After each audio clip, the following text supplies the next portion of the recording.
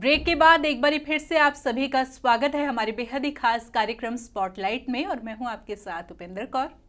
तो दर्शकों, एक बार फिर से हमारे स्टूडियो में एक बेहद ही खास शख्सियत उपस्थित है जिन्होंने अपने विचारों से एक ऐसी पुस्तक की रचना कर दी जिसने न सिर्फ दूसरों के जीवन पर अपना प्रभाव डाला बल्कि दूसरों के विचारों को बदलकर उनको तरक्की भी प्रदान की। तो आइए मिलकर उनका स्वागत करते हैं। हम बात कर रहे हैं अप्रवासी भारतीय ऑस्ट्रेलिया से पधारे motivational speaker and writer of book of life. जी हाँ, हम बात कर रहे हैं डॉक्टर कुमार प्रशांत मानव जी की। तो आइए मिलकर उनका स्वागत करते हैं। नमस्कार सर, बहुत बहुत स्वागत है आपका। नमस्कार, धन्यवाद सर। जैसा कि मैंने कार्यक्रम की शुरुआत में भी बोला कि आपके विचारों ने न सिर्फ लोगों के जीवन को कामयाब बनाया बल्कि उनके विचारों को बदलकर उनके जीवन में उन्हें उन्नति भी प्रदान की। जानना ये चाहूंगी सबसे पहले कि आपका सफर कहाँ से शुरू हुआ और कैसा सफर रहा ये? मेरा सफ़र ज़िंदगी का तो एक आम आदमी की तरह ही था जी। जैसे काम होता है। मैं दरअसल मेरे जो ग्रेट ग्रैंडफादर वगैरह सब थे वो सब बीकानेर के रहने वाले थे, राजस्थान के। तो हम लोग का जो बेसिकली स्टार्ट हुआ बीकानेर से हुआ। वो हमारे जज थे, चीफ जस्टिस थे सरफतेह सिंह जी। लेकिन उसके बाद हमारे ताऊ जी की टाइमली डेथ हो गई, जो डॉक्टर थे। तो थोड़ा सा वो रिटायर हो गए थे, तो उसके बाद उनका वहाँ से मन उचाट हो गया और वो इधर आ गए। तो मेरा जन्म हालांकि यहीं हुआ, मेरठ में। तो मैं एक अपने माता पिता का एक इकलौता पुत्र हूँ जी। और एक मेरी बहन है प्रीति महेश्वरी, वो रामनगर डिस्ट्रिक्ट नैनीताल में रहती है जी।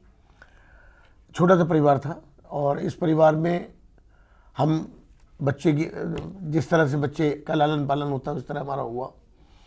और एक थोड़ा सा एक बचपन से मैंने एक चीज़ ये महसूस की कि कुछ थोड़ा सा मेरे विचार कुछ अलग हटके थे, एक आम आदमी से अलग हटके रहे शुरू से। मतलब कुछ अपने, या तो गॉड गिफ्ट है, गॉड गिफ्ट ही मानूंगा, बाकी तो और कोई चीज़ नहीं है, कि ईश्वर ने शुरू से ही मुझे थोड़ा सा अलग रखा। उसके बाद मेरे फादर जो थे वो एडवोकेट थे और बहुत ही ईमानदार एडवोकेट थे। पहले जॉब में थे, सेल्स अफसर थे, तब भी बहुत ईमानदारी से उन्होंने किया, लेकिन ईमानदारी से काम नहीं कर पाए, इसलिए उन्होंने रिज़ाइन करके फिर प्रैक्टिस स्टार्ट की थी। तो वो एक एडवोकेट थे और एडवोकेट भी बहुत ईमानदारी से किया। तो इतना हम लोगों को मॉनेटरी भी इतनी लिबर्टी नहीं थी, क्योंकि एक उनकी बहुत लिमिटेड इनकम थी, क्योंकि हमारे बाबूजी बिल्कुल ईमानदार थे, डेडली ऑनेस्ट थे। और ऑनेस्ट आदमी की जो इनकम है वो एक लिमिटेड ही उस पर होती है। तो उसके बाद मैंने अपना एजुकेशन का सफ़र भी किया और जब ऐसी स्थिति आई कि मुझे खुद अर्न करके अपनी एजुकेशन के लिए फ़ीस वगैरह ही भरनी पड़ी, बुक्स वगैरह लानी पड़ी, वो भी मैंने किया। मैंने इंग्लिश, मेरी शुरू से बहुत अच्छी थी इंग्लिश की, मैंने ट्यूशन से स्टार्ट की।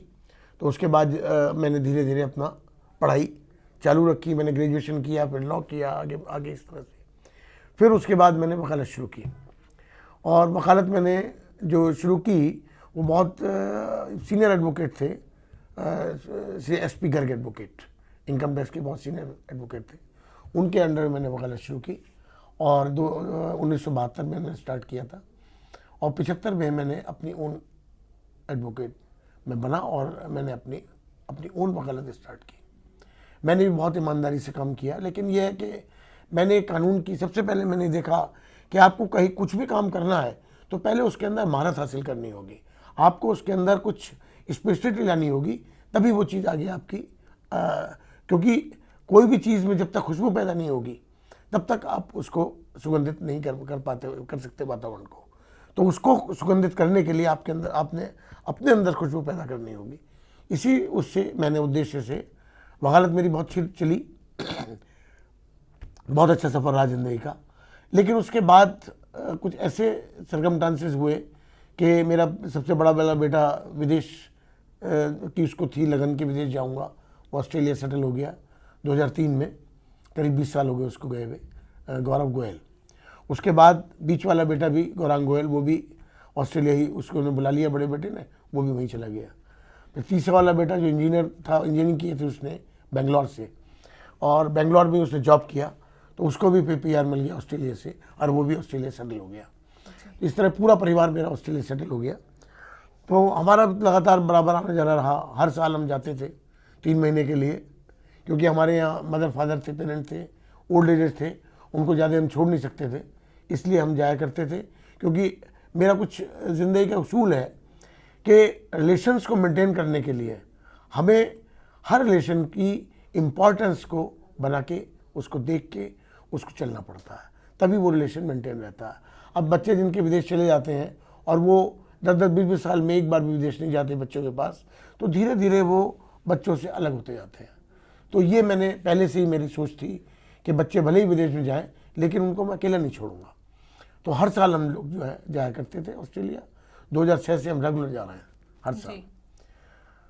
अब 2019 में जब मैं लास्ट किया, मेरी सोच में परिवर्तन होना शुरू हो गया था। मैंने जब जाने से पहले, मुझे मोदी जी से बहुत प्यार है, बहुत लगाव है, और उनकी क्रिया जो कार्य प्रणाली है, उनकी जो देश के बारे में सोच है, देश की जनता के बारे में सोच है, उससे मैं बहुत प्रभावित था।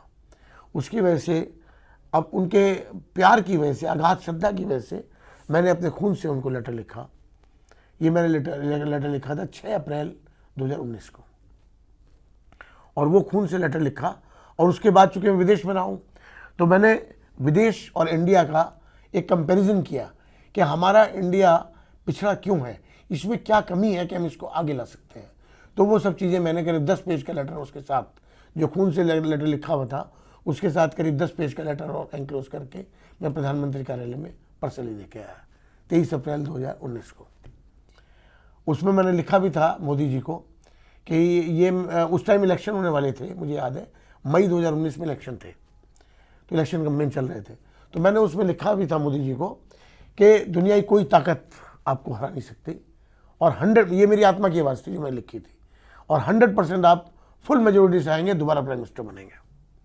और इत्तेफाक की बात है कि वही हुआ, और इलेक्शन हुए, वो फुल मेजोरिटी जीते, प्रधानमंत्री बने। मुझे बहुत अच्छा लगा। मैंने फिर उनको एक लेटर लिखा जुलाई में, और उसमें उनको बधाई भी दी, और उसके बारे में लिखा कि मैंने जो कहा था आपके लिए, अपनी आत्मा की आवाज़ देखी पूरी हुई जी। जो घोषणा मैंने की थी आपके बारे में, जो फोरकास्ट मैंने की थी, वो पूरी भविष्यवाणी पूरी हुई। तो ये मैंने उनको लेटर लिखा बधाई का, और मैं उसको 26 जुलाई 2019 को प्रधानमंत्री कार्यालय में देके आया। तो एक सोच, मैं इसके पीछे ये बता रहा हूँ कि एक सोच मेरी थी इस टाइप की कि मुझे कुछ मानव जाति के लिए, मुझे कोई देश के लिए, समाज के लिए कुछ करना है जी। और अगर कोई कर रहा है तो मुझे उसकी प्रशंसा करके उसको ऊपर उठाना है, उसको एनकरेजमेंट देना है कि आप बहुत अच्छा काम कर रहे हैं। तो एक सोच थी। हर आदमी तो अपने खून से लेटर नहीं लिखता मोदी जी को। बिल्कुल। आप ये देखें ना, खून से लेटर लिखना कोई आसान बात नहीं है। खून निकलने के बाद तुरंत सूख जाता है। बराबर खून निकलता रहा, लेटर लिखता रहा, खून निकलता रहा, लेटर लिखता रहा। करीब आधे घंटे का सफ़र था, बराबर खून निकलता रहा और लगता रहा। तो ये कोई मामूली बात नहीं है। जब तक आदमी के अंदर की आत्मा, अंदर का एक ऐसा जुनून आदमी के अंदर पैदा नहीं होगा इस मानवता, देश और समाज के लिए, तब तक एक आदमी काम नहीं कर सकता। तो मैं ये बता रहा हूँ कि मेरी सोच इस तरह की थी।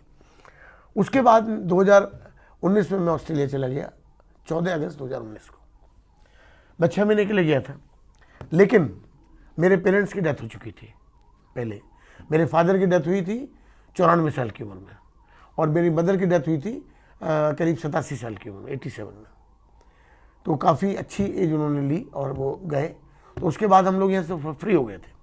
तो इस बार पहली बार हम 6 महीने के लिए गए थे, लेकिन ईश्वर को कुछ और मंजूर था। 2020 में कोरोना आ गया और लॉकडाउन हो गया। हम ऑस्ट्रेलिया से वापस नहीं आ पाए। 4 साल हम ऑस्ट्रेलिया रहे, फिर 4 साल के बाद इंडिया वापस आए 2023 में। तो उस दौरान मैं आपको बता रहा हूँ कि 23 जून 2020 से कुछ मुझे इतना प्रकाश मिला गॉड की तरफ से, एक मतलब एक चमत्कार हुआ, एक ज्ञान की एक नदी मेरे अंदर बहने लगी, और एक ईश्वर ने कुछ ऐसे विचार मुझे देने शुरू किए और मुझे इंस्पायर किया कि मैं इसको सब में बांटूं। तो मेरा ये सफ़र शुरू हुआ 23 जून 2020 से। जी बिल्कुल। मैंने व्हाट्सएप पे मैसेज देने शुरू किए डेली के, गुड मॉर्निंग के। उसमें बहुत अच्छे थॉट्स मैं लिख के सबको भेजता था। धीरे धीरे धीरे धीरे धीरे धीरे धीरे वो बढ़ता गया बढ़ता गया बढ़ता गया, इतना बड़ा ग्रुप हो गया, हजारों की तादाद में पूरे वर्ल्ड में। मैं इंग्लिश में मैसेज लिखता था तो इसे पूरे वर्ल्ड में जाते थे, बड़ा अप्रिशिएशन मिला। तो जब मेरे 300 मैसेज हो गए, 300 थॉट्स, 300 का मतलब 1 साल हो गया मुझे लिखते हुए, कोई एक भी दिन नागा नहीं हुआ, एक दिन भी एब्सेंट नहीं हुआ। यहाँ पर आपसे चर्चा कर कर बहुत अच्छा लगा। फिलहाल वक्त हो चला है कार्यक्रम को यहीं पर विराम देने का। आप हमारे साथ जुड़े, इतनी कीमती जानकारी दी उसके लिए बहुत बहुत धन्यवाद। नमस्कार।